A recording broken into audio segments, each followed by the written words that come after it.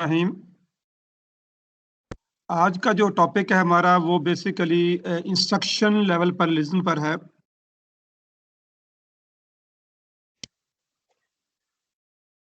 Instruction level पर listen. और आज जो हम टॉपिक पढ़ रहे हैं वो है इंस्ट्रक्शन पाइपलाइनिंग।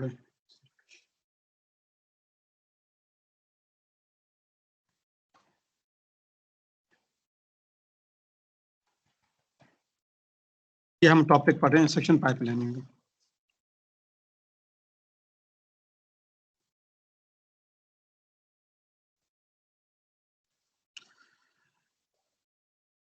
आप लोगों ने सेकंड चैप्टर, आपने थर्ड चैप्टर में हम लोगों ने पढ़ा था कि हमने सीपीयू की वर्किंग के सीपीयू कैसे वर्क करता है।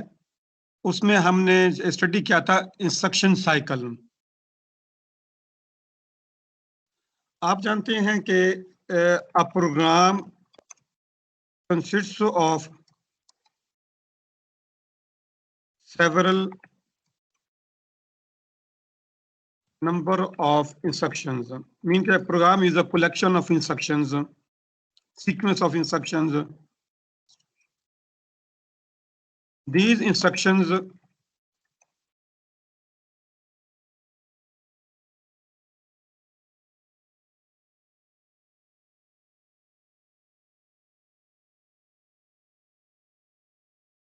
may be executed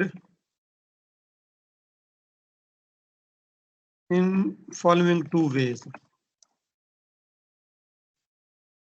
इंस्ट्रक्शन को एग्जीक्यूट करने के दो वेज हैं।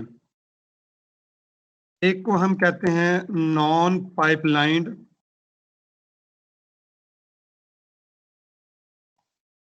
एग्जीक्यूशन और सेकंड को हम कहते हैं पाइपलाइन एग्जीक्यूशन।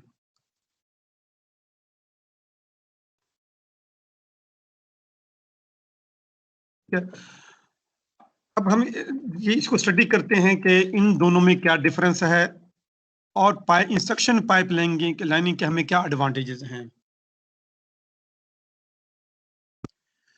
तो पहले आप ये देखें कि नॉन पाइपलाइन इंस्ट्रक्शंस में इंस्ट्रक्शन का एग्जीक्यूशन का जो स्टाइल होता है वो क्या होता है, पहले उसको हम देखते हैं। Non pipeline instruction execution in this technique all instructions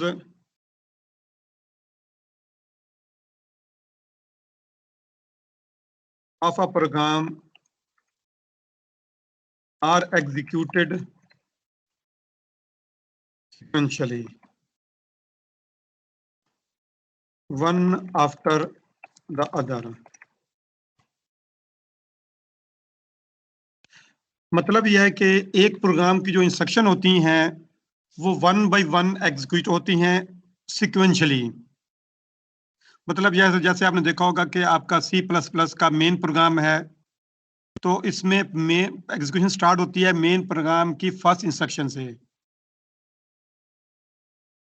और इसमें यह है कि फर्स्ट इंस्ट्रक्शन एग्जीक्यूट होती है, उसके बाद नेक्स्ट इंस्ट्रक्शन एग्जीक्यूट होगी, उसके बाद नेक्स्ट इंस्ट्रक्शन एग्जीक्यूट होगी, एक ऑर्डर वाइज होगी। फॉर एग्जांपल आप जानते हैं कि हमारी जो इंस्ट्रक्शन है, जो हमारी इंस्ट्रक्शन साइकिल था, अगर आप गौर करें तो ये आपके सामने जो स्क्रीन पर डायग्राम नजर आ रही है ये हमारी इंस्ट्रक्शन साइकिल हमने पढ़ा था उसमें सेकंड अपने थर्ड चैप्टर में।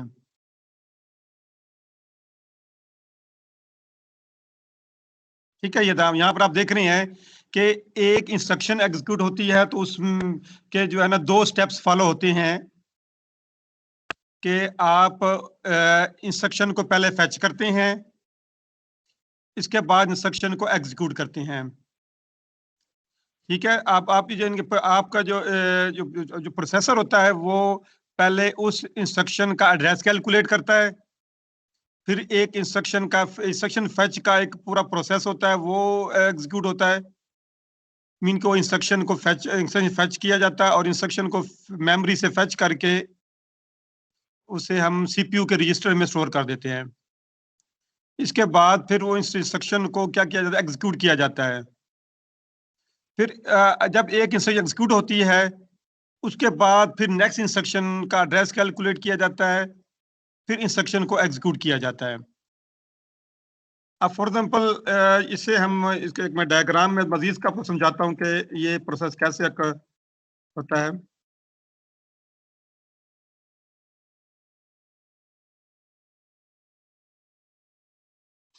फॉर एग्जाम्पल के एक इंस्ट्रक्शन है, उसमें दो स्टेप्स हैं, एक है फैच इंस्ट्रक्शन, नेक्स्ट है एग्जीक्यूट इंस्ट्रक्शन।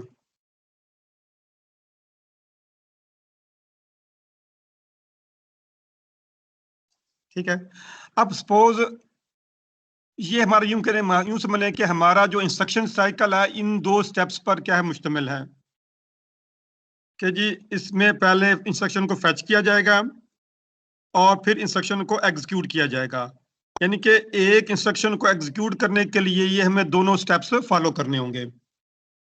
अब सपोज के हम एक डायग्राम में चीज डिस्कस करना चाह रहे हैं कि सपोज कि ये ऊपर 1 2 3 में साइकिल के नंबर लिखे हुए हैं, लिख रहा हूं मैं कि ये साइकिल नंबर 1, ये हमारी क्लॉक साइकिल की बात कर रहे हैं कि ये क्लॉक साइकिल नंबर 1 है, क्लॉक साइकिल नंबर 2 है, क्लॉक साइकिल नंबर 3 है, 4 है, 5 6 7 और 8। ठीक है, ये क्लॉक साइकिल्स हैं। अच्छा, अब आप देखें कि हम सपोज करें कि आप एक जो स्टेप्स है फैच इंस्ट्रक्शन, ये एक साइकिल में कंप्लीट होता है। ठीक है, और एग्जीक्यूट इंस्ट्रक्शन भी एक साइकिल में कंप्लीट होता है, सपोज ये स्टेप। तो अब आप यहां पर आप देखें कि इंस्ट्रक्शन 1 जो होगी, ठीक है, ये इंस्ट्रक्शन 1 है, ये इंस्ट्रक्शन 2 है प्रोग्राम की, इंस्ट्रक्शन 3 है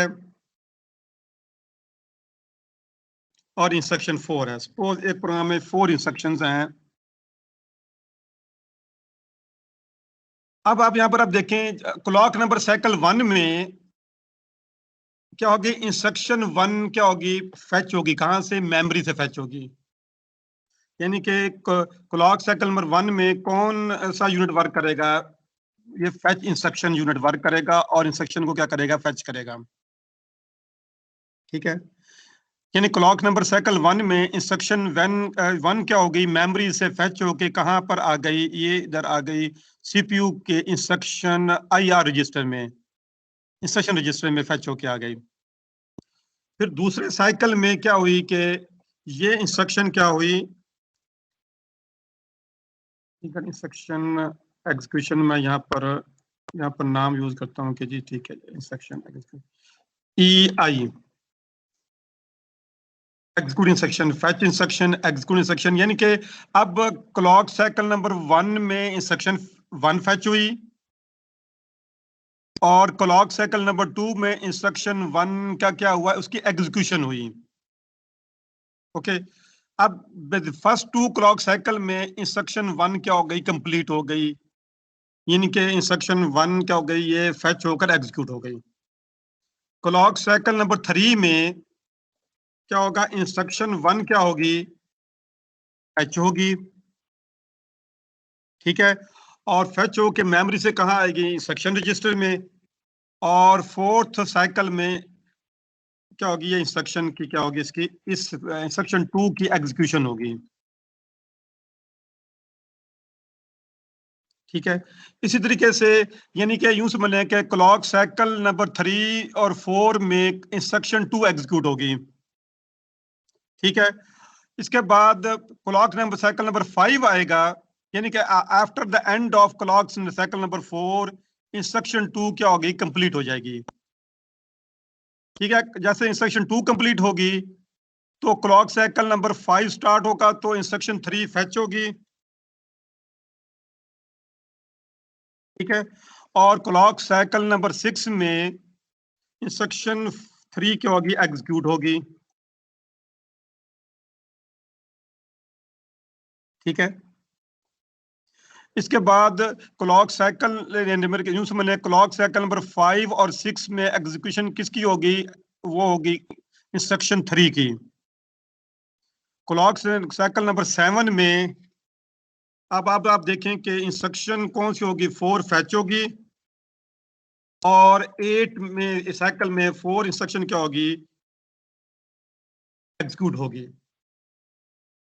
तो यहां पर आप देख रहे हैं कि 4 इंस्ट्रक्शन को एग्जीक्यूट करने के लिए हमें कितने साइकिल्स रिक्वायर्ड हैं, हमें 8 साइकिल्स रिक्वायर्ड हैं, एक क्लॉक साइकिल रिक्वायर्ड है। तो ये जो टेक्निक है इसे हम कहते हैं नॉन पाइपलाइंड। नॉन पाइपलाइंड का मतलब क्या होता है कि एक इंस्ट्रक्शन कंप्लीट होती है, फिर दूसरी इंस्ट्रक्शन एग्जीक्यूशन होती है। यहां पर आप देखें कि पहले फर्स्ट 2 साइकिल में इंस्ट्रक्शन 1 कंप्लीट हुई, 3 4 में इंस्ट्रक्शन 2 कंप्लीट हुई, और 5 6 में इंस्ट्रक्शन 3 कंप्लीट हुई, और 7 8 में इंस्ट्रक्शन 4 कंप्लीट हुई। यानी कि one next instruction will be executed when previous instruction has been completed. ठीक है, जिनके पहले एक इंस्ट्रक्शन कंप्लीट होगी, इसके बाद दूसरी इंस्ट्रक्शन कंप्लीट होगी, फिर तीसरी इंस्ट्रक्शन कंप्लीट होगी, यानी कि एक ऑर्डर वाइज होगा। ठीक है, तो ये टेक्निक कहती है, इसे हम कहते हैं, इसे कहते हैं कि ये नॉन पाइपलाइंड एग्जीक्यूशन है।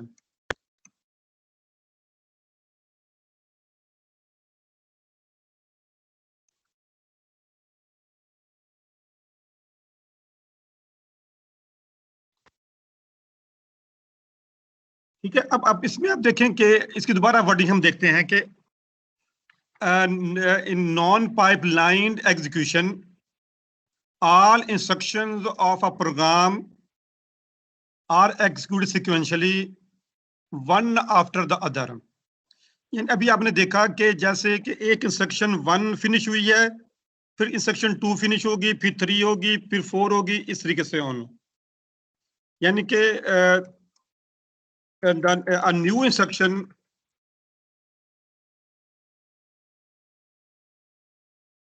executes only when the previous after the previous instruction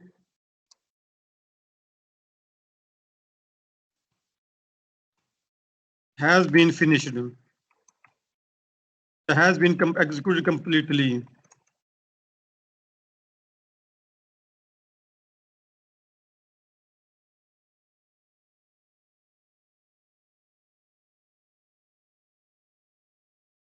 यानी कि एक जो इंस्ट्रक्शन 2 कब कब कब एग्जीक्यूट होगी, जब इंस्ट्रक्शन 1 क्या होगी, वो कंप्लीट एग्जीक्यूट हो जाएगी।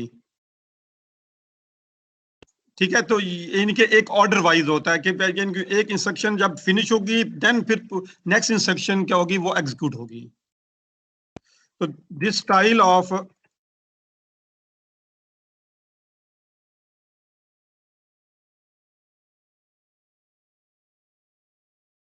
executing the instruction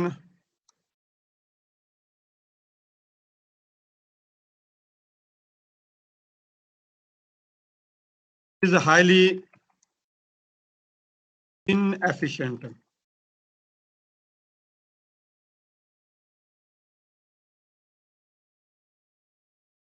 ठीक है, तो ये अगर यहाँ डायग्राम में आपको दोबारा बता देता हूं मैं कि लेट्स सपोज के जैसे हमने बताया था कि एक instruction cycle consists of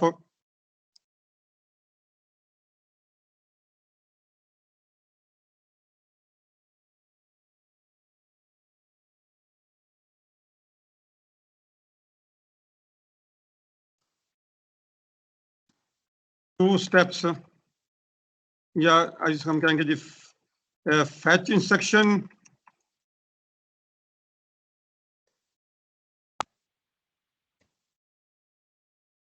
and execute instruction.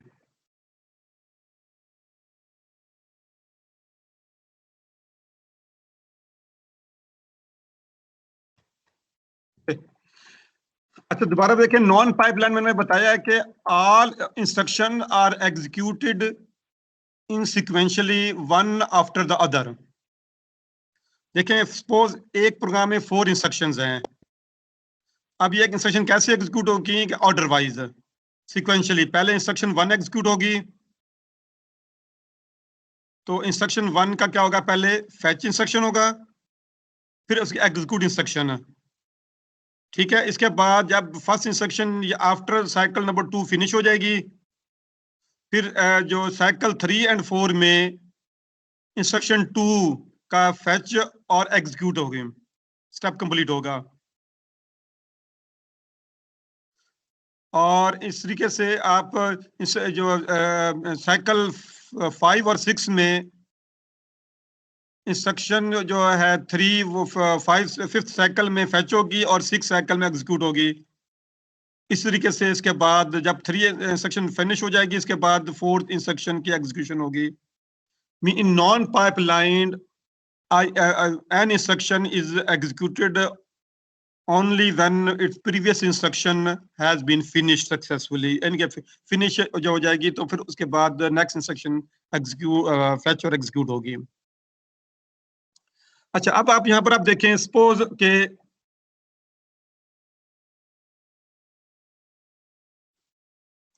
a program has n instructions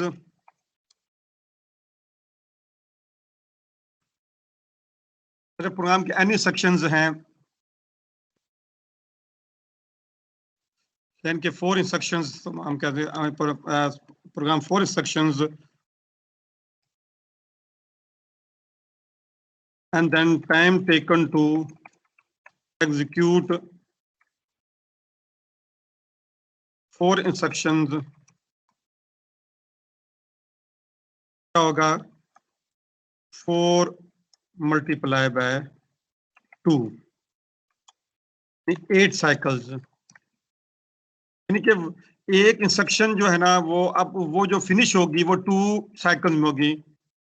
time taken to complete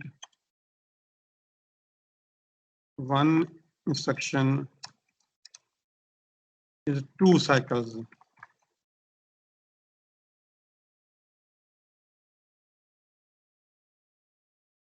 ठीक है, तो एक इंस्ट्रक्शन जब 2 साइकिल में कंप्लीट हो रही है तो टोटल टाइम कितना होगा?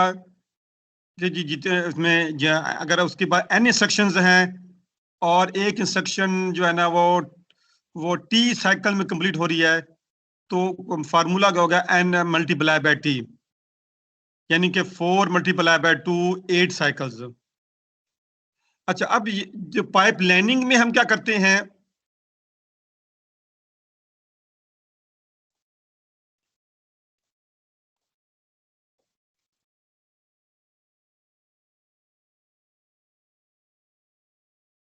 ठीक है, ये आपने चीज आपने पढ़ा इसको अपने pipe lining non pipe lining में। तो हम कहेंगे जी आप पाइप लाइनिंग हम इसमें सपोज हमारा जो हमारी इंस्ट्रक्शन है ना वो 2 स्टेजेस में है, तो 2 स्टेज इंस्ट्रक्शन में हम इंस्ट्रक्शन पाइप लाइनिंग यूज करें, पाइप लाइन एग्जीक्यूशन।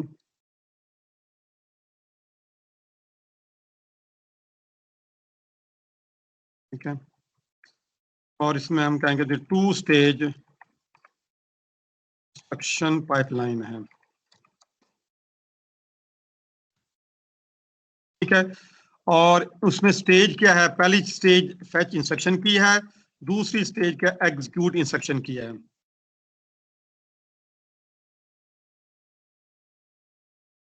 ठीक है, बहुत सिंपलिसिटी के लिए मैं समझा रहा हूं, इसके बाद जो हम इसको ज्यादा मोर स्टेजेस के लिए हम इसको डिस्कस करेंगे। इंस्ट्रक्शन पाइपलाइनिंग हम डिस्कस करेंगे 2 स्टेजेस। 2 स्टेजेस मीन 2 स्टेप्स में इंस्ट्रक्शन एग्जीक्यूट होगी। तो हम एक इंस्ट्रक्शन को जब हम एग्जीक्यूट कर रहे हैं तो हम कह देंगे जी पहला उसका फैच इंस्ट्रक्शन हो गया, उसके बाद फिर क्या होगा, एग्जीक्यूट इंस्ट्रक्शन। यूं समझ लें कि एक पहला हमारे पास एक ही काउंटर था कस्टमर की रिक्वेस्ट को प्रोसेस करने के लिए। सपोज के आप ने कोई ऐसा से आपके पास ऑर्गेनाइजेशन है, ऑर्गेनाइजेशन में आप कस्टमर को कोई सर्विस कर रहे हैं, तो आपने पहले एक काउंटर बनाया हुआ था। तमाम जो कस्टमर्स हैं क्यू में काउंटर के सामने आते हैं, फिर एक कस्टमर की सारी जो है ना उसकी जो सर्विस होगी उसको आप प्रोसेस करते हैं। जब एक कस्टमर की सारी जो उसकी जो रिक्वेस्ट होती हैं उसको प्रोसेस करते हैं, तो फिर दूसरे कस्टमर की बारी आती है। दूसरा कस्टमर जब तक कंप्लीट उसकी प्रोसेस नहीं करते, फिर नेक्स्ट कस्टमर की बारी नहीं आती। तो ये एक ऑर्डर वाइज क्या है उसकी सर्विस की मतलब आप उसको सर्विस करते हैं, कस्टमर की और रिक्वेस्ट को फुलफिल करते हैं। ठीक है, तो अब हम यहाँ जो पाइपलाइनिंग में अब हम टू स्टेज मतलब है, टू काउंटर बना दिए गए हैं, दो काउंटर्स हैं, एक सीरियल वाइज है। और इसमें जो है ना हम एक इंस्ट्रक्शन का हमारे पास दो पार्ट्स हैं, एक है इंस्ट्रक्शन का फैच इंस्ट्रक्शन और सेकंड है उसका एग्जीक्यूट इंस्ट्रक्शन। तो सपोज उसी तरीके से हम कहते हैं जी हमारा क्लॉक साइकिल नंबर 1 2 3 5 6 7 और 8 हमारे पास क्लॉक साइकिल्स हैं। और आप यहाँ पर देखें इंस्ट्रक्शन 1 एक प्रोग्राम की इंस्ट्रक्शन 1 है, इंस्ट्रक्शन 2 है, इंस्ट्रक्शन 3 है और इंस्ट्रक्शन 4 है। 5 इसी तरह से आप देखें कि ये इंस्ट्रक्शन 6 आप ये डिफरेंट इंस्ट्रक्शंस हैं। तो अब आप यहाँ पर आप देखें कि जब क्लॉक साइकिल नंबर 1 होगा, इंस्ट्रक्शन 1 का क्या होगा, उसका फेच इंस्ट्रक्शन स्टेप कंप्लीट होगा। ठीक है, तो इसमें आप देख रहे हैं कि एक इंस्ट्रक्शन जब क्लॉक साइकिल नंबर 1 हुआ तो इंस्ट्रक्शन 1 मेमोरी से फेच होकर कहां पर आ गई, वो आपके उसके प्रोसेसर के इंस्ट्रक्शन रजिस्टर में आ गई। फिर क्लॉक साइकिल नंबर 2 में अब आप यहां पर आप देखें कि आपके पास दो हार्डवेयर हैं, एक फेच इंस्ट्रक्शन का एक एग्जीक्यूट इंस्ट्रक्शन का है। तो अब यहाँ पर आप देखें जो इंस्ट्रक्शन एग्जीक्यूट इंस्ट्रक्शन है, जो इंस्ट्रक्शन 1 फेच हो के प्रोसेसर के अंदर आ गई है, उसे क्या करेगा, वो एग्जीक्यूट करेगा। अब फेच यूनिट चूंकि फ्री है इसी टाइम पर, तो इसी क्लॉक साइकिल नंबर 2 में वो इंस्ट्रक्शन 2 को क्या करेगा, फेच करेगा।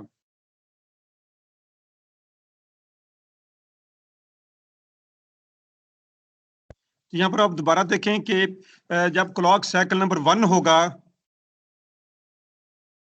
क्लॉक साइकिल नंबर 1 में जो है ना इंस्ट्रक्शन 1 क्या होगी, वो फेच होगी।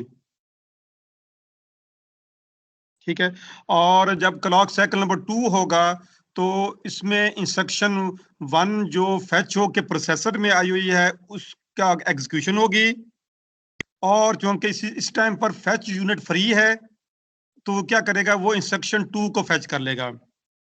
अब यहाँ पर आप जो चीज समझ आपको बताने वाली वो ये है कि यहाँ पर एक इंस्ट्रक्शन जो है ना at the end of cycle number 2 instruction 1 complete हो जाएगी और इंस्ट्रक्शन 2 क्या होगी, हाफ कंप्लीट हो जाएगी।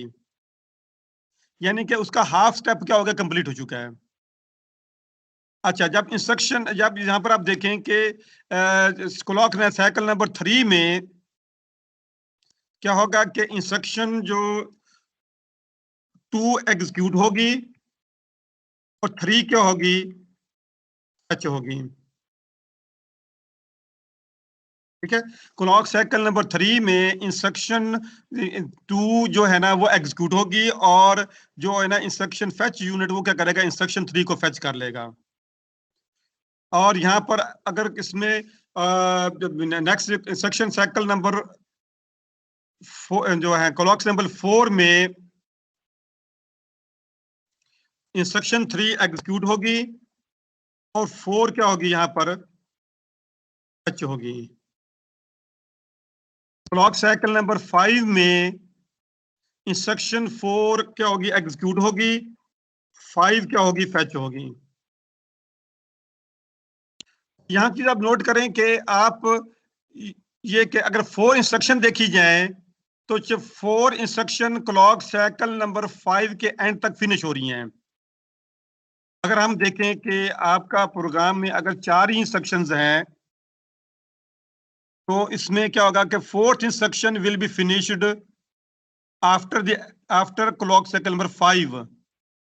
और आप यहाँ पर देखेंगे नॉन पाइपलाइंड में वो इंस्ट्रक्शन क्या होगी थी, वो 8 साइकिल के एंड पर फिनिश हो रही थी 4th। और यहाँ आप देखें कि अगर आप 4 साइकिल्स हैं तो इसमें आप देखें यहाँ पर आप ये इंस्ट्रक्शन है वो उस प्रोग्राम को एग्जीक्यूट करने के लिए कितने साइकिल रिक्वायर्ड हैं, जस्ट 5 साइकिल रिक्वायर्ड हैं। तो ये हमें एडवांटेज देता है कि आप जो है ना एक इंस्ट्रक्शन को पैरेलल एग्जीक्यूट कर लें। यानी कि एक इंस्ट्रक्शन को जो है ना उसको बेसिकली इसमें मेन आइडिया ये है कि एक बहुत बड़े टास्क को हम छोटे छोटे टास्क में या स्टेप्स में डिवाइड कर देते हैं। उन स्टेप्स को हम पैरेलल एग्जीक्यूट करना शुरू कर देते हैं। यानी कि इस एग्जांपल में मैंने एक टास्क जो इंस्ट्रक्शन साइकिल था उसको 2 स्टेप्स में डिवाइड किया, फेच और एग्जीक्यूट इंस्ट्रक्शन में। तो इसको मैं आप क्या करेंगे, पैरेलल एग्जीक्यूट करना शुरू कर दिए। तो यहाँ पर आप देखें कि क्लॉक साइकिल नंबर 1 में चूंकि फर्स्ट इंस्ट्रक्शन थी तो इसमें एग्जीक्यूट वाला स्टेप्स क्या वो यूनिट था वो आइडल रहेगा। और क्लॉक साइकिल नंबर 2 में अब आप देख रहे हैं कि इंस्ट्रक्शन 1 जो फेच हुई है वो एग्जीक्यूट होगी, 2 क्या होगी, फेच होगी। ठीक है, यहाँ पर आप देखो क्लॉक साइकिल नंबर 2 में इंस्ट्रक्शन 1 जो फेच हुई है और 2। अब इसमें जो चीज समझने वाली है कि आपके जो हार्डवेयर है दोनों बिजी हैं। यानी कि फेच यूनिट भी इंस्ट्रक्शन फेच कर रहा है, एग्जीक्यूट यूनिट भी इंस्ट्रक्शन को एग्जीक्यूट कर रहा है। एग्जीक्यूट यूनिट इंस्ट्रक्शन 1 को एग्जीक्यूट कर रहा है, फेच यूनिट इंस्ट्रक्शन 2 को फेच कर रहा है।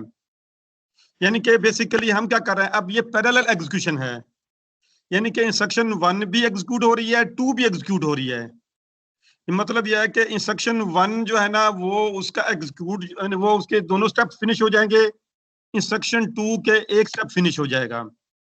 यानी कि बेसिकली ये एक से डिफरेंट एक साइकिल में हम क्या एक इंस्ट्रक्शन फिनिश होगी, दूसरी इंस्ट्रक्शन पार्शियली एग्जीक्यूट होगी, यानी कि कुछ स्टेप फिनिश होंगे। तो बेसिकली इससे हमें क्या एडवांटेज होता है, एडवांटेज होता है कि हम क्लॉक हम जो है ना बहुत सारी इंस्ट्रक्शन को पैरेलल एग्जीक्यूट करके हम उसके लेस टाइम में प्रोग्राम को एग्जीक्यूट कर लेते हैं।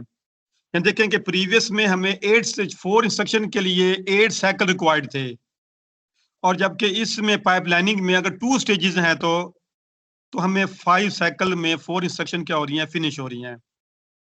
ठीक है, तो इसको फिर हम थोड़ा और बड़ी एग्जांपल से हम डिस्कस कर लेते हैं, थोड़ा सा आपको मजीद एडवांटेज मिल जाएगा आपको कि जी ये कॉन्सेप्ट कैसे इसका जो है ना ये आजकल अब मॉडर्न हार्डवेयर में यूज होता है पाइपलाइनिंग का।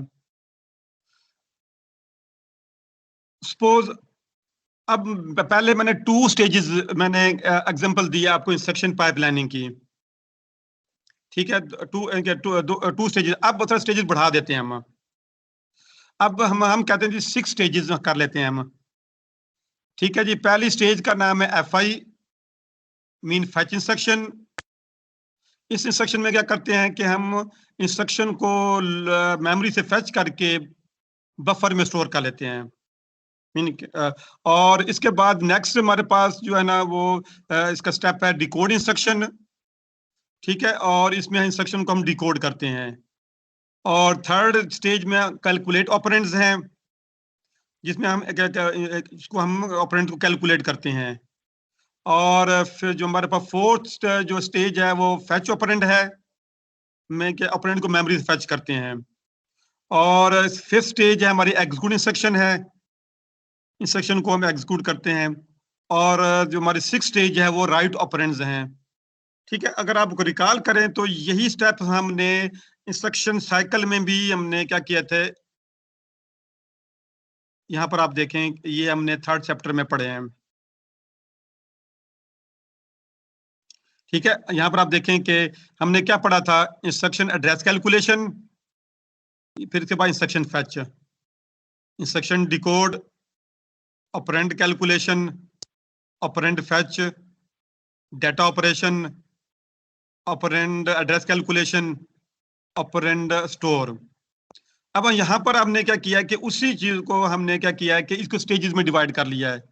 यानी कि पहले फैच इंस्ट्रक्शन FI यूनिट, ठीक है, ये FI यूनिट हो गया हमारी फैच। इसके बाद इंस्ट्रक्शन डिकोड, ठीक है, DI यूनिट है, डिकोड इंस्ट्रक्शन। इसके बाद है जी कैलकुलेट ऑपरेंड्स, फैच ऑपरेंड, हमारी फोर्थ स्टेज है। इसके बाद क्या है जी एग्जीक्यूट इंस्ट्रक्शन, उसके बाद राइट ऑपरेंड। यानी कि हमने ये जो हमने fetch instruction, instruction operation decoding, operand address calculation, operand fetch, data operation और ऑपरेंड स्टोर, 1 2 3 4 5 और 6, इन 6 जो हमारा स्टेप्स को हमने क्या किया है, पूरी इंस्ट्रक्शन को इन 6 स्टेप्स में डिवाइड कर दिया है। पहले 2 स्टेप्स थे फैच और एग्जीक्यूट इंस्ट्रक्शन, अब इनको 6 स्टेजेस में हमने डिवाइड कर दिया है। अगर हम स्टेजेस बढ़ा दें तो अब आप देखिएगा कि इसमें आपको कितना एडवांटेज मिलता है।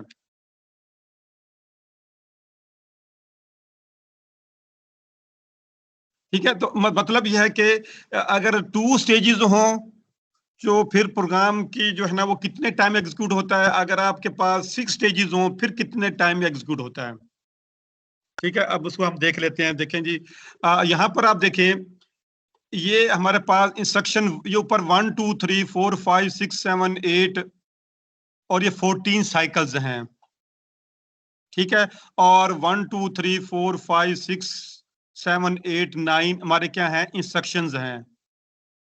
ठीक है, और अगर आप देखें पाइपलाइनिंग ना यूज करें तो देखें एक इंस्ट्रक्शन कितने साइकिल में एग्जीक्यूट हो रही है, उसकी जो है ना, अगर लेट्स सपोज हर स्टेप्स के लिए एक एक साइकिल रिक्वायर्ड है तो हम कहेंगे जी fetch instruction, decode instruction, fetch calculate operand, fetch operand, execute instruction और राइट ऑपरेंड, ये 6 स्टेजेस हैं। तो हर स्टेज के लिए अगर एक एक साइकिल है तो अब आप यहाँ पर देखें 9 मल्टीप्लाई बाय 6, इनके हमने यहाँ पर इनके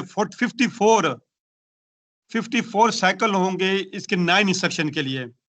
मतलब यह है कि देखें अगर नॉन पाइप लैंड हो तो 1 से लेकर 6 तक, ठीक है, तो यहाँ पर आप देखें कि इंस्ट्रक्शन 1 फिनिश होगी, और यहाँ पर 7 से लेकर यहाँ पर आप देखें 12 तक इंस्ट्रक्शन 2 होगी, 13 से ऑनवर्ड क्या होगी, इंस्ट्रक्शन 3 एग्जीक्यूट होगी। ठीक है, तो अब पाइप लाइनिंग में क्या एडवांटेज हुआ कि जब इंस्ट्रक्शन साइकिल नंबर 1 में इंस्ट्रक्शन 1 फैच होगी, ठीक है, बाकी unit decode, calculate operand, fetch operand, execute instruction और राइट ऑपरेंड आइडल होंगे। इंस्ट्रक्शन 2 में आप देखें, सॉरी साइकिल नंबर 2 में क्या होगा, फर्स्ट इंस्ट्रक्शन क्या होगी, उसकी डिकोड होगा और इंस्ट्रक्शन 2 फैच होगा। थर्ड साइकिल में इंस्ट्रक्शन 1 कैलकुलेट ऑपरेंड होगा, इंस्ट्रक्शन 2 डिकोड होगा और 3 का फैच स्टेप होगा।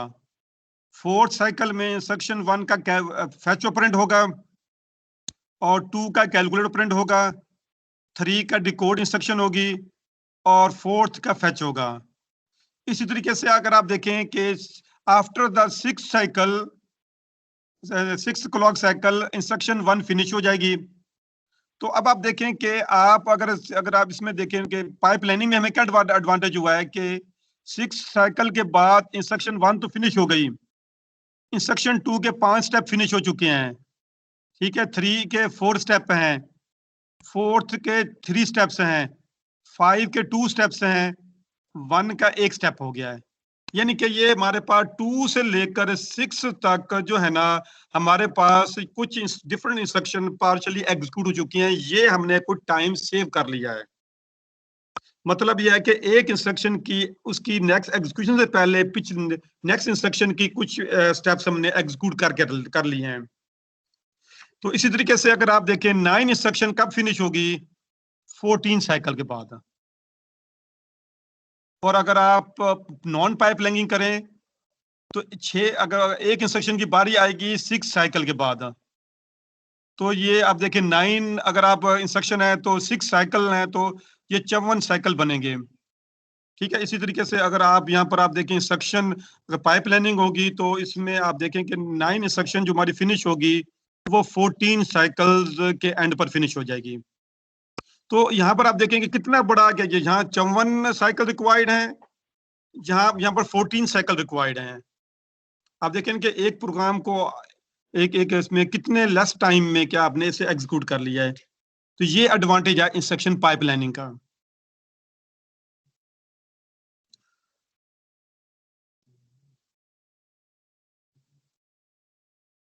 ठीक है, इंस्ट्रक्शन पाइपलाइनिंग के एडवांटेज आपने देख लिए हैं कि जी इसमें आप जो है ना पैरेलल इंस्ट्रक्शन को क्या है पैरेलल एग्जीक्यूट कर रहे हैं। तो कॉन्सेप्ट आप साथ देख आ रहा है जैसे instruction level parallelism.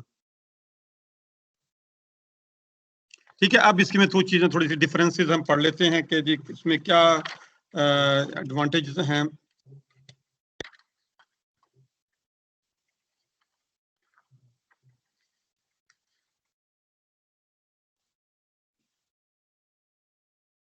Pipeline execution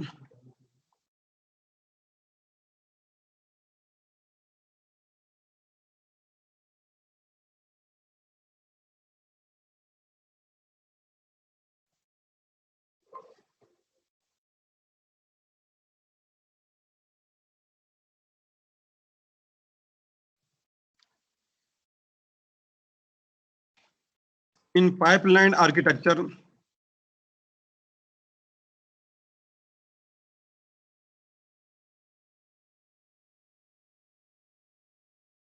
multiple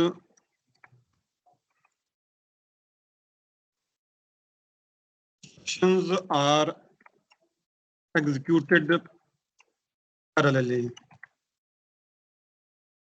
अभी आपने देखा कि एक इंस्ट्रक्शन जब हमने फिनिश हुई है तो उसमें जो है ना सेकंड नेक्स्ट इंस्ट्रक्शन के कितने 5 स्टेप हो चुके हैं, उससे अगले इंस्ट्रक्शन के 4 स्टेप हैं, उससे अगले इंस्ट्रक्शन के 3 स्टेप हैं, फिर अगले इंस्ट्रक्शन के 2 स्टेप्स हैं, फिर के 6 इंस्ट्रक्शन के जो है ना 1 स्टेप है। तो ये यूं समझने के हम इसमें मल्टीपल इंस्ट्रक्शन जो है ना उसको पैरेलल एग्जीक्यूट करते हैं। दिस स्टाइल ऑफ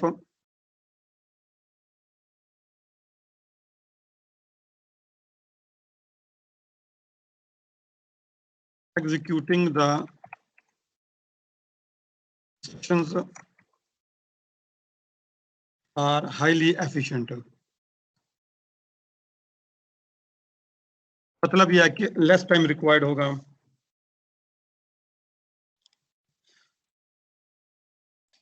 अब इंस्ट्रक्शन पाइपलाइनिंग की डेफिनेशन आप देखें क्या होगी।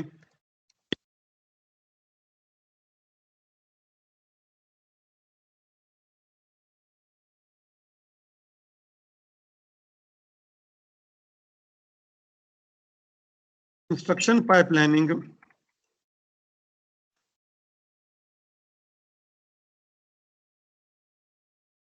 is a technique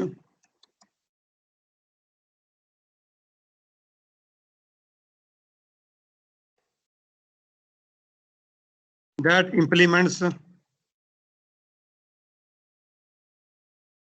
form of parallelism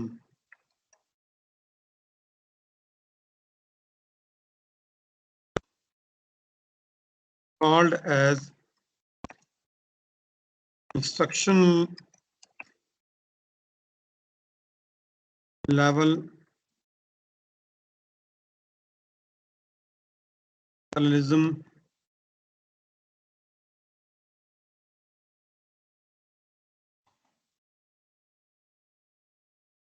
within a single processor।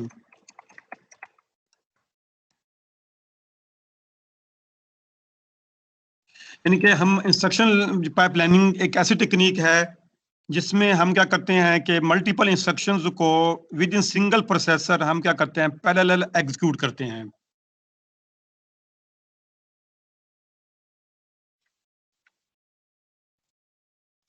अच्छा, यहां पर आप देखें कि नॉन पाइपलाइनिंग में क्या था कि एक इंस्ट्रक्शन जो है ना वो कंप्लीट होगी, देन फिर नेक्स्ट इंस्ट्रक्शन उसको फेच और एग्जीक्यूट किया जाएगा। तो इसमें आप देखें कि एक pipeline processor does not wait until the previous instruction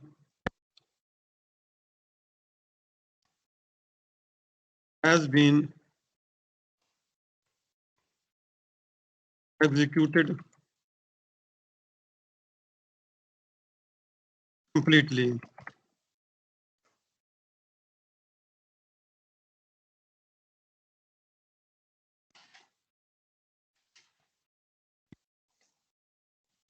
Rather,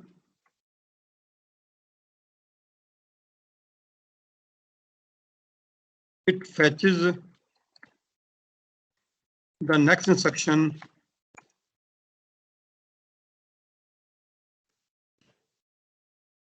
and begin its execution. यानी कि आपने ये चीज नोट की कि नॉन पाइपलाइंड में क्या होता है, एक प्रोसेसर क्या करता है, एक इंस्ट्रक्शन की को कंप्लीट एग्जीक्यूट करता है, इसके बाद फिर नेक्स्ट इंस्ट्रक्शन को एग्जीक्यूट करता है। पाइपलाइनिंग में ये नहीं होता कि एक इंस्ट्रक्शन जो है ना अभी उसको प्रीवियस इंस्ट्रक्शन फिनिश जो है ना जब तक हो जाए फिर उसको वेट करे, देन फिर उसके नेक्स्ट इंस्ट्रक्शन को फेच करे, एग्जीक्यूट करे। तो पाइपलाइनिंग में एक इंस्ट्रक्शन अभी उसका फेच हुआ है, उसके बाद नेक्स्ट उसके स्टेप्स फिनिश कंप्लीट हो रहे हैं, तो वो जो उसके नेक्स्ट इंस्ट्रक्शन को भी साथ क्या है, उसकी एग्जीक्यूशन स्टार्ट कर दी जाती है।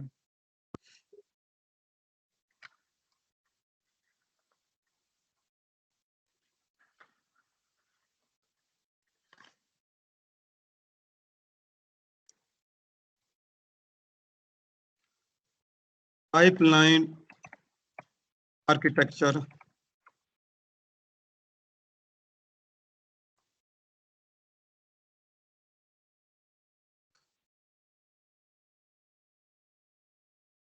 यानी कि प्रोसेसर का जो है ना, ये पाइपलाइन जो है प्रोसेसर आर्किटेक्चर कैसे वर्क करता है उसको हम डिस्कस करते हैं। इन पाइपलाइन आर्किटेक्चर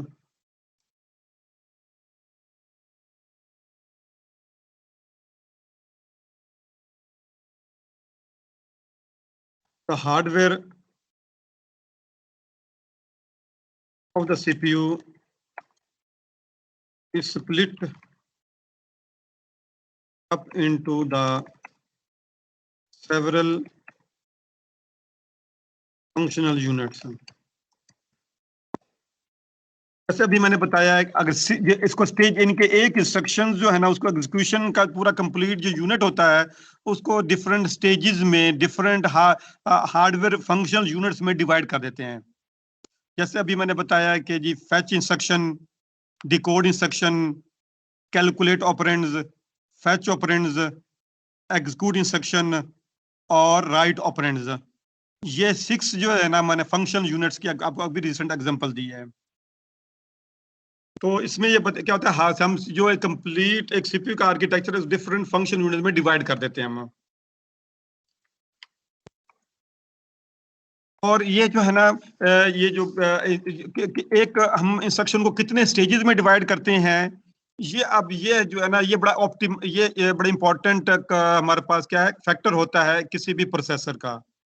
तो इंशाल्लाह हम इसको डिस्कस करेंगे कि इंटेल, आप नेट से सर्च कीजिएगा कि इंटेल का जो प्रोसेसर्स हैं, एआरएम प्रोसेसर्स हैं, एएमडी के हैं, ये कितने जो है ना ये पाइपलाइनिंग स्टेजेस यूज करते हैं। ठीक है, किसी के 6 है, किसी के 5 हैं, तो इसलिए जो कुछ आपके रिसेंट प्रोसेसर्स हैं उनमें ज्यादा जो है ना वो इसके स्टेजेस हैं।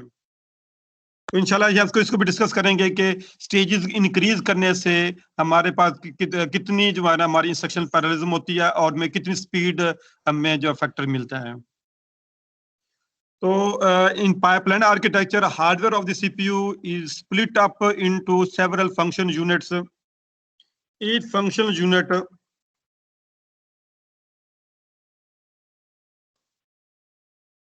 performs a dedicated task। For example जैसे अभी मैंने बताया है कि आपको कि फंक्शनल यूनिट्स ये यहाँ पर मैं कुछ एग्जांपल के तौर पर लिख भी देता हूँ। फॉर एग्जांपल अभी जैसे मैंने एग्जांपल लिया है, फैच इंस्ट्रक्शन है, कोड इंस्ट्रक्शन है, कैलकुलेट ऑपरेंड्स हैं, फैच ऑपरेंड्स हैं, एग्जीक्यूट इंस्ट्रक्शन है, राइट ऑपरेंड्स हैं, एटसेट्रा। देखिए फॉर 6 स्टेज पाइपलाइन, ठीक है। ये अभी आपको रिसेंट एग्जांपल दिया मैंने।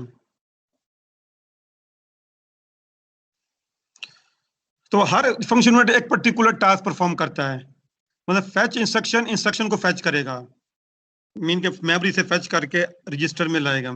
डिकोड इंस्ट्रक्शन इंस्ट्रक्शन को डिकोड करेगा, उससे उसका जो है ना ऑप कोड देखा जाएगा, उसमें कितने instruction within the registers हैं, रजिस्टर और मेमोरी है, ठीक है। और इस तरीके से इसमें उसके सारा पूरा इनके इंस्ट्रक्शन का फॉर्मेट चेक किया जाएगा।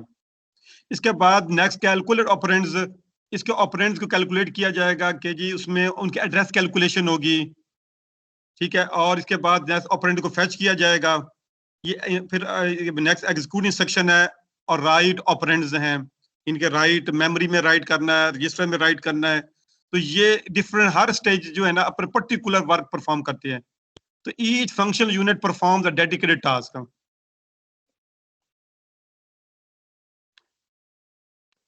The number of functional units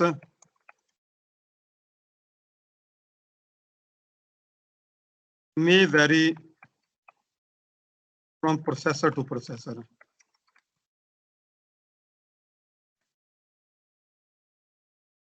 मतलब यह है कि इसमें कितने यूनिट्स होंगे, 6 होंगे, 5 होंगे, मोर देन और ज्यादा होंगे, ये प्रोसेसर डिफरेंट होते हैं।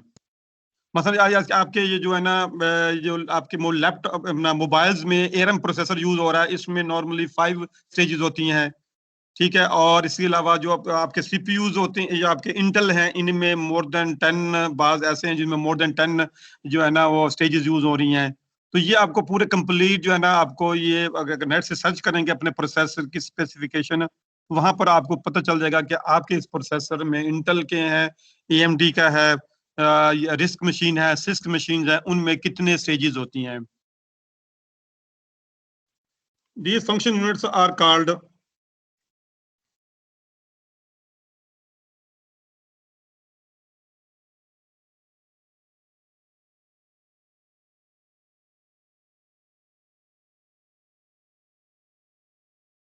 as stages of the pipeline. ठीक है। तो ये हमारे फंक्शन यूनिट है, ये हमारी पूरी पाइपलाइन है, उसके डिफरेंट स्टेजेस हैं। यानी कि एक इंस्ट्रक्शन को उसके इस पाइपलाइन से गुजारा जाता है, मीन के उसके सारे स्टेप्स क्या हो जाते हैं, 1 बाय 1 फॉलो किए जाते हैं। यानी कि एक इंस्ट्रक्शन जो है ना, ये पाइपलाइन है, फैच इंस्ट्रक्शन टू टू क्या राइट राइट ऑपरेंड्स। यानी कि पहले एक इंस्ट्रक्शन फैच होगी तो अगले यूनिट के पास चली जाएगी, फैच यूनिट फिर नेक्स्ट इंस्ट्रक्शन को फैच कर लेगा, फिर फैच डिकोड इंस्ट्रक्शन डिकोड करके नेक्स्ट स्टेप को इनपुट कर देगी।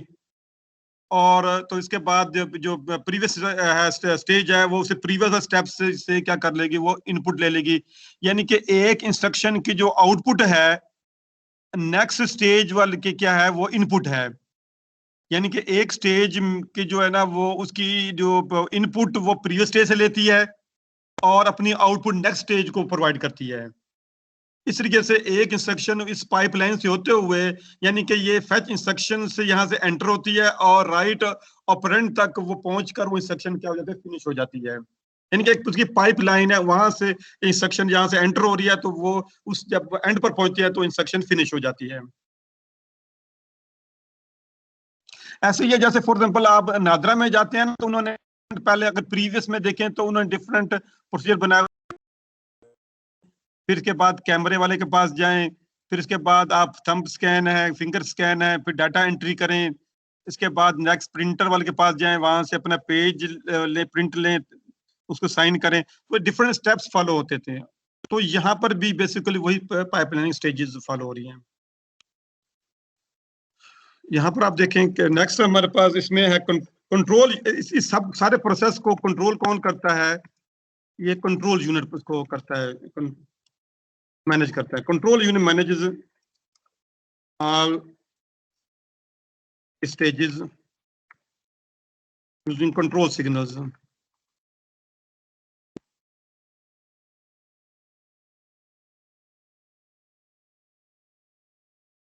ठीक है, यानी कि वो एक कंट्रोल यूनिट क्या करता है, वो उसको डिफरेंट कंट्रोल सिग्नल से तमाम स्टेजेस को मैनेज करता है। जैसे कि जब मैंने बताया कि फेच इंस्ट्रक्शन को इनपुट किया जाता है एड्रेस ऑफ इंस्ट्रक्शन। ये इंस्ट्रक्शन फेच करके ये एक बफर में स्टोर कर लेती हैं, फिर बफर या रजिस्टर में स्टोर कर लेते हैं, फिर उस बफर से जो डिकोड इंस्ट्रक्शन है वो फेच करके डिकोड करती है, और उसके नेक्स्ट एक और उससे अगले जो है ना इंटरमीडिएट बफर उसमें स्टोर कर देती हैं। यानी कि दो स्टेजेस के दरमियान जो है ना एक बफर होता है जिसमें डाटा को टेम्पररी, यानी कि वो इंस्ट्रक्शन को जो है ना उसको वो एक बफर में टेम्पररी स्टोर किया जाता है।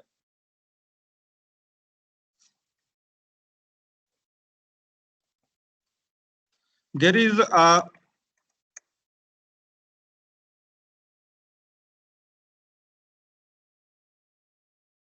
रजिस्टर बफर जिसको कहते हैं, हम कह रहे हैं associated with each stage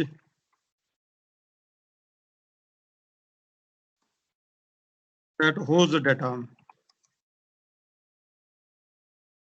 यानी कि एक इंस्ट्रक्शन जो होगी वो उसको क्या करेगी कि वो इंस्ट्रक्शन उसको प्रोसेस करके नेक्स्ट बफर में वो स्टोर कर देगी।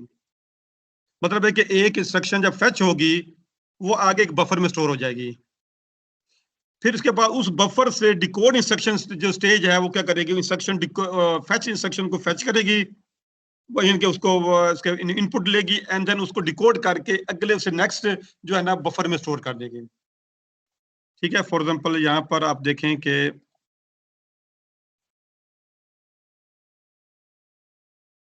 यहाँ पर हम इसको डिस्कस करते हैं। फॉर एग्जांपल यहाँ से ये फेच इंस्ट्रक्शन आगे बफर है, फिर आगे डिकोड इंस्ट्रक्शन बफर है, इसके बाद फिर इसके बाद कैलकुलेट ऑपरेंड्स, इसके बाद बफर है, एक के बाद इसके बाद नेक्स्ट फेच ऑपरेंड्स बफर है, उसके बाद राइट ऑपरेशन हमारे पास है, एग्जीक्यूट इंस्ट्रक्शन फिर बफर है, फिर आगे राइट ऑपरेंड्स।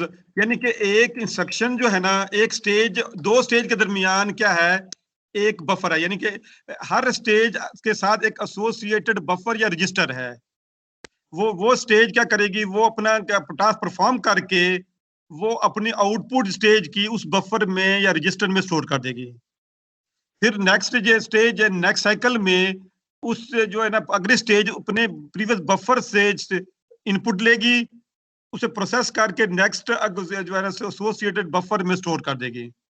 यानी कि आप एक इंस्ट्रक्शन जो है ना एक स्टेज जब अपना टास्क परफॉर्म कर लेगी तो अपने एसोसिएटेड बफर में वो उस इंस्ट्रक्शन का जो है ना उसको जो पार्शियल एग्जीक्यूट होगी उसको वहां पर उसके स्टोर कर लेगी। तो there is an register buffer associated with each stage that holds the data. अच्छा, आप चाहो कि तमाम स्टेजेस एक क्लॉक साइकिल के बेस पर वर्क करती हैं कि हर क्लॉक साइकिल में एक स्टेज ने अपना काम फिनिश करना है, तो एक इन तमाम स्टेजेस की एक ग्लोबल क्लॉक होगी।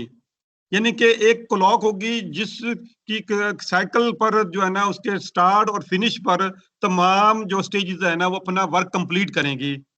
इसे हम कहते हैं हमारी क्या है, ये हमारी ग्लोबल जो है ना वो क्लॉक है। There is a global clock that synchronizes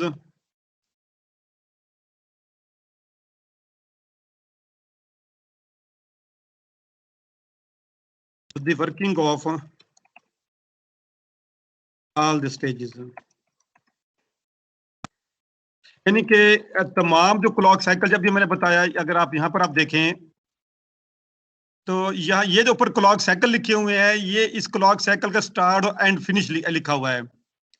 यानी कि आप जानते हैं क्लॉक साइकिल में दो पार्ट होते हैं, एक उसका राइजिंग का जो होता है, एक फॉलिंग का जो होता है। तो ये जो क्लॉक साइकिल टाइमिंग लिखी हुई है, इस टाइमिंग पर तमाम स्टेजेस इकट्ठा स्टार्ट करेंगी और उस क्लॉक साइकिल के एंड तक वो तमाम स्टेजेस अपना वर्क फिनिश कर लेंगे। तो क्योंकि इसकी इसी वजह से कहा गया कि ये जो एक ये क्लॉक है वो उस तमाम स्टेजेस के लिए ग्लोबल क्लॉक है। यानी कि एक ही क्लॉक, उसी क्लॉक के जो है ना कॉमन क्लॉक के स्टार्ट पर, क्लॉक साइकिल के स्टार्ट पर वो अपना वर्क स्टार्ट करेंगे और उस क्लॉक साइकिल के एंड पर अपना वर्क फिनिश कर लेंगे।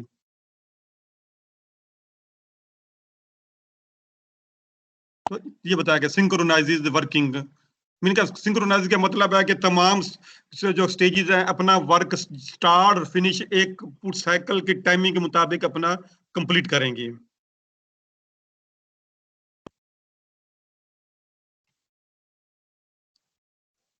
हम इसका क्या मतलब है? At the beginning of each clock cycle, each stage takes input from its register। यानी अपने इनपुट से, प्रीवियस वाली जो स्टेज है वहां से इनपुट से डाटा लेगी और नेक्स्ट जो रजिस्टर होगा वहां पर उसको कंप्लीट करके क्या करेगी, उसको स्टोर कर देगी।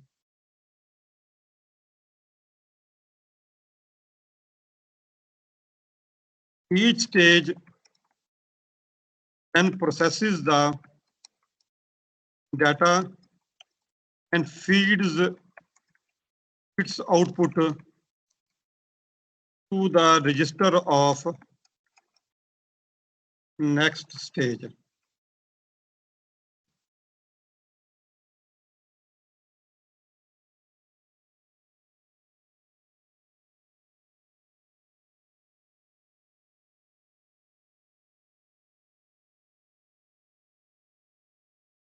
यहाँ पर आप देखें कि मैं जिस तरह मैं बताया है कि एक ये जो है ना स्टेज, इससे फेच इंस्ट्रक्शन जो है ना, इससे को इनपुट किया जाता है एड्रेस। मतलब यहाँ पर हम कहेंगे कि एड्रेस ऑफ,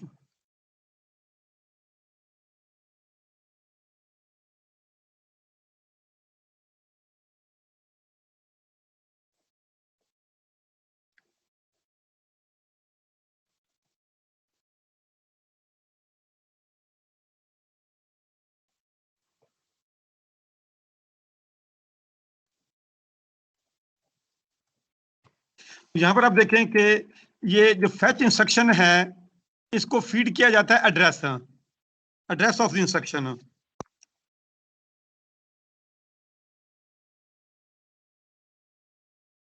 ठीक है, ये स्टेज क्या करेगी, इंस्ट्रक्शन को फेच करेगी और उसको फेच करके इस बफर में स्टोर कर दिया जाएगा। यानी कि आप यूं समझें कि फेच इंस्ट्रक्शन से एसोसिएटेड किया है एड्रेस, एड्रेस वाला इनपुट। डिकोड इंस्ट्रक्शन क्या करेगी, वो इससे जो ये बफर से अपना इनपुट लेगी, प्रोसेस करके नेक्स्ट जो स्टेज है उसके बफर में स्टोर कर देगी। कैलकुलेट ऑपरेंड्स अपने इस बफर से इनपुट लेगी और नेक्स्ट स्टेज के बफर में जाकर स्टोर कर देगी। तो ये चीज वही बताई हुई है कि at the beginning of each clock cycle each stage takes input from its register and then each stage then processes the data and feeds its output to the register of next stage।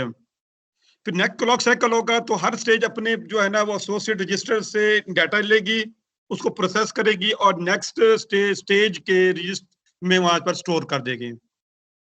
इस तरीके से add एक एक instruction क्या होगी, वो उस partially execute होती हुई पाइपलाइन से गुजरती हुई जब लास्ट स्टेप पर पहुंचेगी तो उसके बाद वो इंस्ट्रक्शन क्या हो जाएगी, उसके सारे स्टेप्स फिनिश हो जाएंगे। तो एक इंस्ट्रक्शन जो है ना उसका स्टेटस क्या हो जाएगा, कंप्लीट हो जाएगा कि ये इंस्ट्रक्शन एग्जीक्यूट हो गई है। तो ये है बेसिकली क्या है, पाइपलाइन आर्किटेक्चर। तो इस वक्त जो आप जो मॉडर्न प्रोसेस जो देख रहे हैं, जो कि आप इस वक्त इंटेल के हैं, एएमडी के हैं, एआरएम के हैं, ये सारे पाइपलाइन आर्किटेक्चर्स हैं। ठीक है, इन तमाम से जो प्रोसेसर्स में ना नंबर स्टेजेस में फ़र्क होता है, कहीं पर जो है ना 6 हैं, कहीं 5 हैं, कहीं मोर देन 10 हैं। ठीक है, अब आप नेट से आप सर्च करके देख सकते हैं कि इंटेल फैमिलीज़ जो है ना नंबर ऑफ स्टेजेस है। मैं यहाँ पर देखता हूँ कि नेट से सर्च कर लेते हैं।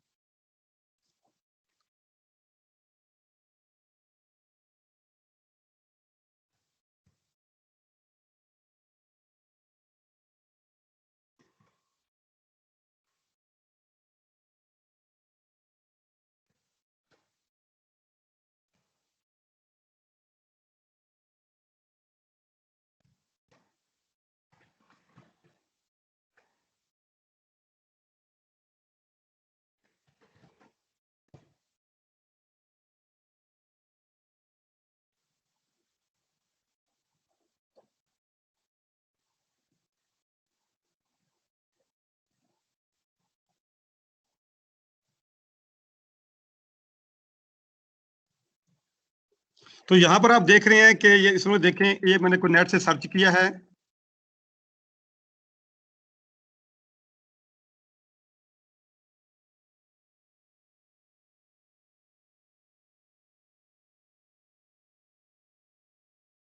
ये देखें कि ये इधर जो पेंटियम है, पेंटियम उसमें 5 स्टेजेस हैं, P6 में इसमें 10 स्टेजेस हैं, पेंटियम प्रो में 14 स्टेजेस हैं, नेट बस आर्किटेक्चर है, इसमें 20 स्टेजेस हैं। ठीक है, इस तरीके से आप ये देखेंगे, हैसवेल है, स्काई लेक है, कैबी लेक है, सैंडी ब्रिज है। ये अगर आप मैंने आपको बताया था कि आप लोगों ने ये कोर i7 है या बाकी प्रोसेसर, इनमें ये सारे माइक्रो आर्किटेक्चर यूज होते हैं। इनमें से एक आर्किटेक्चर यूज होता है, तो आप उसमें देख सकते हैं कितने पाइपलाइन स्टेजेस हैं। मैं यहाँ पर मजीद भी देख लेते हैं यहाँ से कि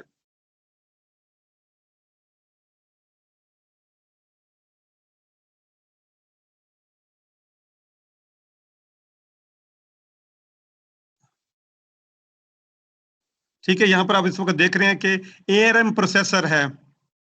इसमें ARM जो है ना आपके मोबाइल में यूज हो रहे हैं, इसके अलावा माइक्रो डिवाइसेस में यूज हो रहे हैं। जितने भी ये आपके जो एम्बेडेड इक्विपमेंट्स होती इनमें प्रोसेसर यूज होते हैं। तो यहाँ पर आप देखें कि इसमें 3 स्टेजेस हैं, 8 टू ARM 8 to 9 5 स्टेजेस हैं, ARM 11 में 8 स्टेजेस हैं, कॉर्टेक्स A7 में 8 to 10 स्टेजेस हैं, कॉर्टेक्स 8 A8 में 13 स्टेजेस हैं। और इसमें मैं देख लेता हूँ कि जी कोर, हाँ जी, ये लिखे हुए हैं कि जी यहाँ पर today in series core series i3 i5 i7 there are 14 stages in processor pipeline. ठीक है, तो यहाँ पर आप देख रहे हैं कि जी इसमें इंटेल जो है ना उसमें ओरिजिनल पेंटियम में 5 स्टेजेस थी। तो रिसेंट जो है ना आज के 14 स्टेजेस जो है ना वो यूज देखें, ये लास्ट में आप देखें जितने भी ये देखें, ये सारे ये सब 14 है, 14 14 14 14। तो ये जितने भी इसमें नंबर ऑफ स्टेजेस हैं।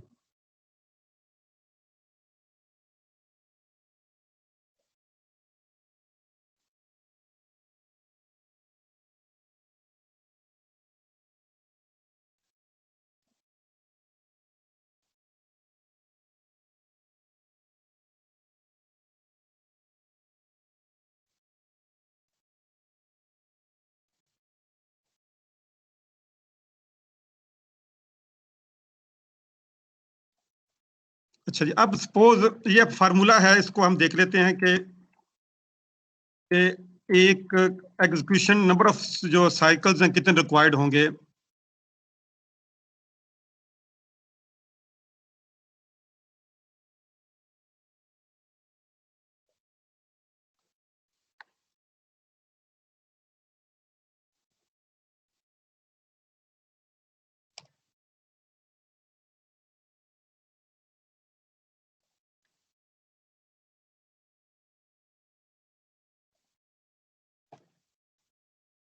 अब यहाँ पर आप देखें कि एक मैं एग्जांपल आपको दे रहा हूं जिसमें आपको ये चीज क्लियर हो जाएगी कि सपोज इसमें के हमारे पास है number of stages in pipeline,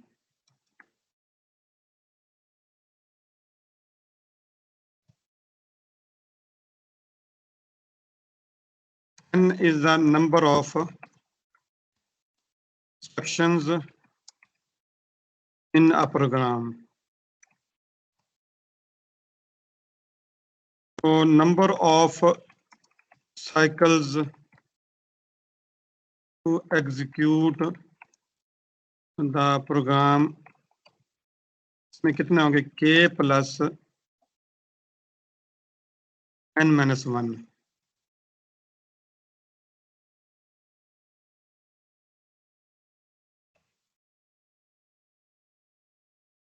for example अभी प्रीवियस एग्जाम्पल में हमारे पास नंबर ऑफ इंस्ट्रक्शंस कितनी थी, हमारे पास थी 14, ठीक है, 14 इंस्ट्रक्शन थी, और नंबर ऑफ स्टेजेस थे 6 थे,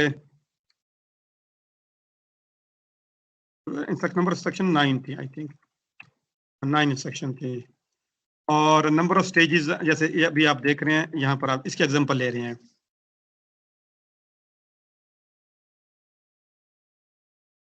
ठीक है। यहाँ पर आप देखें इंस्ट्रक्शन कितनी है हमारी, ये देखें 1 to 9, एक पाइपलाइन में कितने स्टेजेस हैं, 6 स्टेजेस हैं, तो ये देखना हो कि टोटल टाइम कितना रिक्वायर्ड होगा, उसके लिए फार्मूला है टाइम रिक्वायर्ड टू एग्जीक्यूट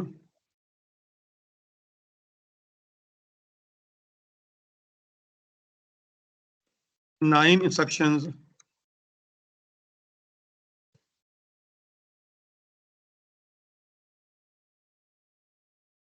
कितना होगा भाई, ये होगा फार्मूला है के हमारे पास क्या है, नंबर ऑफ स्टेजेस, ये हमारे पास के की वैल्यू है, ये नंबर ऑफ इंस्ट्रक्शन एन की वैल्यू है, और फार्मूला होगा के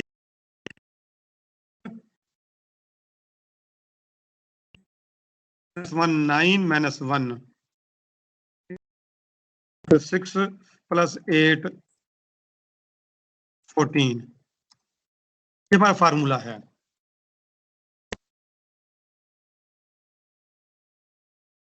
ठीक है। अब आप यहाँ पर आप देखा है कि जी आप डायग्राम में भी आप देख रहे हैं कि 14 साइकिल्स में वो 9 इंस्ट्रक्शन क्या हो रही हैं, कंप्लीट हो रही हैं विद पाइपलाइनिंग, ठीक है। पाइपलाइनिंग में 14 साइकिल के एंड तक का 9 इंस्ट्रक्शन फिनिश हो जाती है। और अगर नॉन पाइपलाइन में देखें,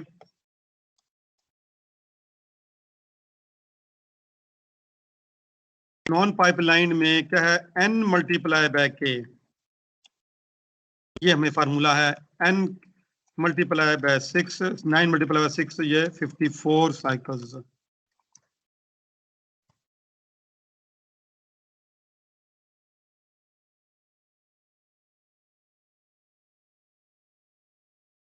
तो आप अगर आप यहाँ पर देखेंगे 6 स्टेजेस से हमने एक 54 साइकिल्स वाला जो नॉन पाइपलाइन जो है इसमें हमने जो प्रोग्राम है हमने 14 साइकिल्स में फिनिश कर लिया है।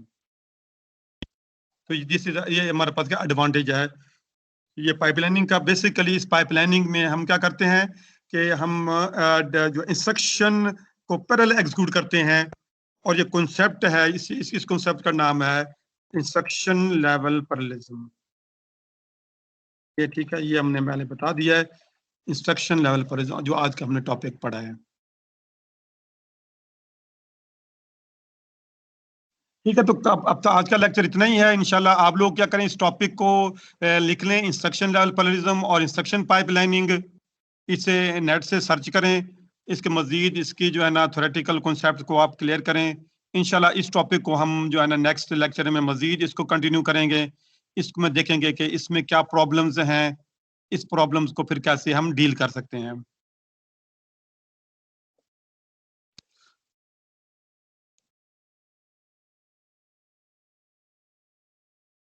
तो आज का मॉडर्न प्रोसेसर में ना ये इंस्ट्रक्शन पैराडाइज्म ये कोर के अंदर इंप्लीमेंट होता है। ये हम अभी सिंगल प्रोसेसर की बात कर रहे हैं ना, ये within instructional paradigm within single processor. तो ये बेसिकली कोर की बात हो रही है कि ये सारा जो आर्किटेक्चर है ये कोर के अंदर इंप्लीमेंट होता है।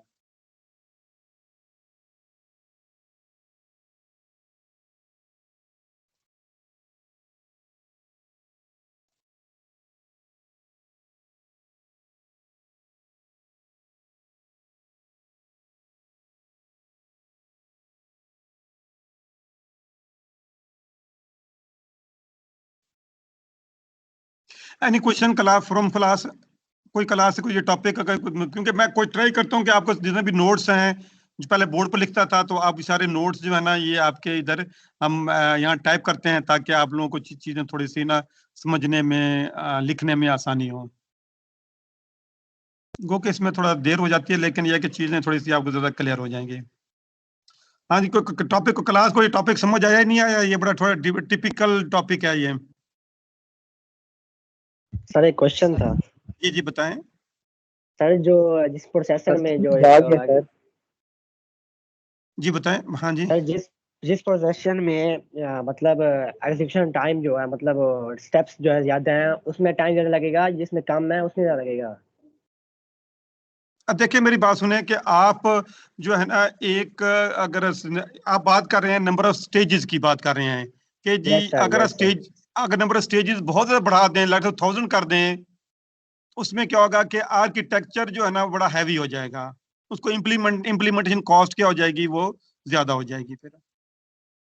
तो ठीक वो है। और अब बेसिकली अब ऑब्जेक्टिव यह है कि हम एक रीजनेबल जो कंप्यूटर की कॉस्ट भी तो हमने लेस कर रखनी है ना, जी जी, ताकि लेकिन टाइम हाँ जी एग्जीक्यूशन जी टाइम बढ़ नहीं जाएगा स्टेजेस बढ़ाने से?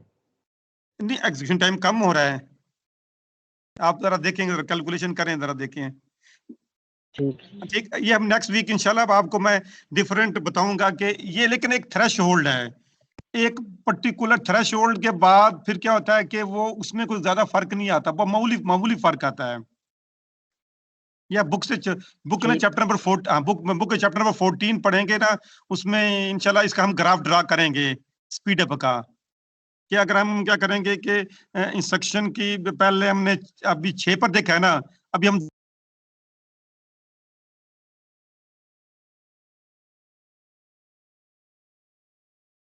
न्यूमेरिकल करेंगे इस पर। ठीक है सर। हाँ जी, नेक्स्ट कोई स्टूडेंट अभी पूछ रहा था, ये कौन है भाई? ये CHHANANZ साहब 9786 कौन है? नाम नहीं लिखा हुआ। जी जी सर, मैंने आपने पूछा था कि समझ आ गई, तो मैंने उससे कहा था यस सर आ गई है, क्वेश्चन नहीं है सर कोई। Thank you. ओके ठीक है। इंशाल्लाह फिर ये कल जो है ना वो 23 जो मार्च है, कल ऑफिशियल गवर्नमेंट की छुट्टी है। इंशाल्लाह फिर कल का लेक्चर नहीं होगा, नेक्स्ट वीक लेक्चर होंगे इंशाल्लाह। तो ये है कि आप लोग इसकी तरह प्रैक्टिस कर लें, और ये आप देखेंगे 5 से एग्जामिनेशन मिड का ये ड्यू है। आप मिड एग्जाम आप क्या करें, इसकी प्रिपरेशन स्टार्ट कर दें। लेट्स वेट यूनिवर्सिटी क्या डिसाइड करती है,